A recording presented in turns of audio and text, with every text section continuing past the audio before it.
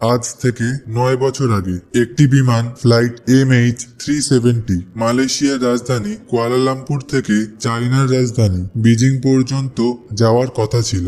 এই বিমানটিতে দুটি পাইলট, 10 জন cabin crew ও 227 জন passenger ছিল, যার মধ্যে বেশিরভাগ প্যাসেঞ্জারই ছিল চীনের বাসিন্দা। 11 বছর পুরনো এই বোয়িং 777 বিমানটিতে কোনো রকম সমস্যা ছিল না, কিন্তু সেই দিন বিমানের জন্য কোনো স্বাভাবিক দিন ছিল না, বরং এটি অস্বাভাবিকের থেকেও অনেক বেশি ছিল।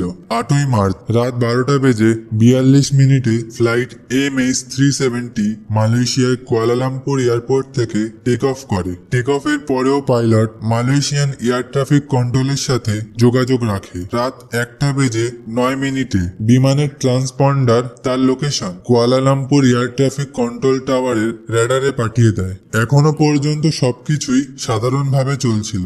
এর ঠিক 10 মিনিট পর রাত 1:19 ফ্লাইট MH370 মালয়েশিয়া র্যাডারের কানেকশন থেকে ভিয়েতনামের র্যাডারের এরিয়ার দিকে যেতে শুরু করে। বিমান টেক অফ করে 37 মিনিট কেটে গিয়েছিল। সাধারণত এটা হয় যে বন্ধুরা, বিমান যতক্ষণ না তার গন্তব্য পর্যন্ত পৌঁছায় ততক্ষণ পর্যন্ত বিমান তার যাত্রাপথে আসা এয়ারপোর্টগুলোর এয়ার ট্রাফিক কন্ট্রোল টাওয়ারের সাথে যোগাযোগ করতে থাকে। এখানেও এইরকম কিছু হওয়ার কথা ছিল, কিন্তু এতক্ষণ যা স্বাভাবিক চলছিল তা এখন অস্বাভাবিক হতে শুরু করে। ফ্লাইট MH370 হঠাৎ র্যাডার থেকে অদৃশ্য হয়ে যায়, অর্থাৎ বিমানটি কুয়ালালামপুর এবং হো চি মিন উভয় র্যাডার থেকেই অদৃশ্য হয়ে গিয়েছিল। এই জিনিসটি কুয়ালালামপুর টাওয়ারের ক্ষেত্রে একটি স্বাভাবিক ব্যাপার ছিল, কারণ তারা জানতো যে MH370 ভিয়েতনামের এয়ার স্পেসে প্রবেশ করেছে, যে কারণেই এটা তাদের র্যাডার থেকে অদৃশ্য হয়ে গিয়েছে। কন্ট্রোল টাওয়ার বিমানের ক্যাপ্টেনের সাথে যোগাযোগ করার চেষ্টা করে, কিন্তু বিমান থেকে কোনো উত্তর পাওয়া যায়নি। পরবর্তী 18 মিনিট ধরে কন্ট্রোল টাওয়ার এইভাবেই বিমানের সাথে যোগাযোগ করতে থাকে, কিন্তু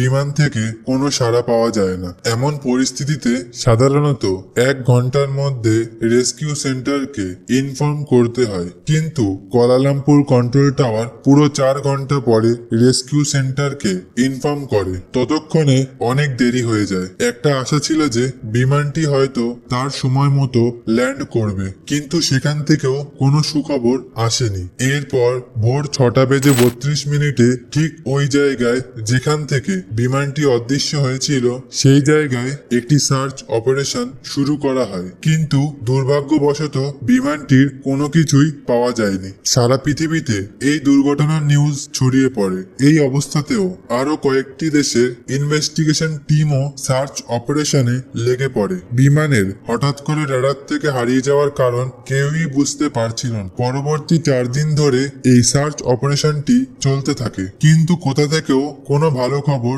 পাওয়া যায়নি। কিন্তু চতুর্থ দিন একটি খবর আসে যা পুরো রেস্কিউ টিমকে অবাক করে দেয়। 8ই মার্চ রাত 1:21 ফ্লাইট MH370 যখন র্যাডার থেকে অদৃশ্য হয়ে গিয়েছিল, সেটা সিভিলিয়ান র্যাডার থেকে অদৃশ্য হয়েছিল, কিন্তু তারপরেও মালয়েশিয়ান মিলিটারির একটি র্যাডারে 1 ঘন্টা ধরে বিমানটিকে দেখা যাচ্ছিল।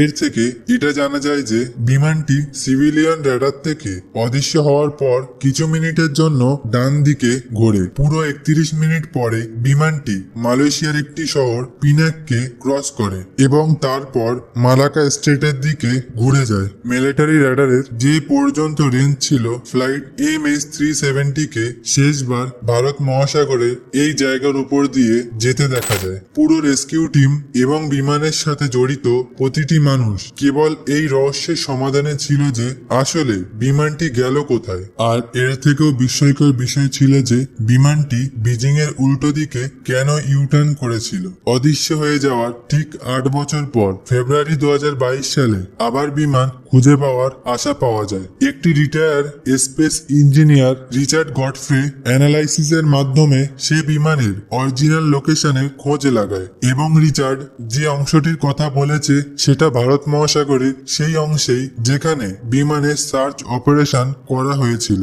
রিচার্ডের অনুযায়ী তার পয়েন্ট করা জায়গার 4000 মিটার নিচে ফ্লাইট MH370 ধ্বংসাবশেষ রয়েছে।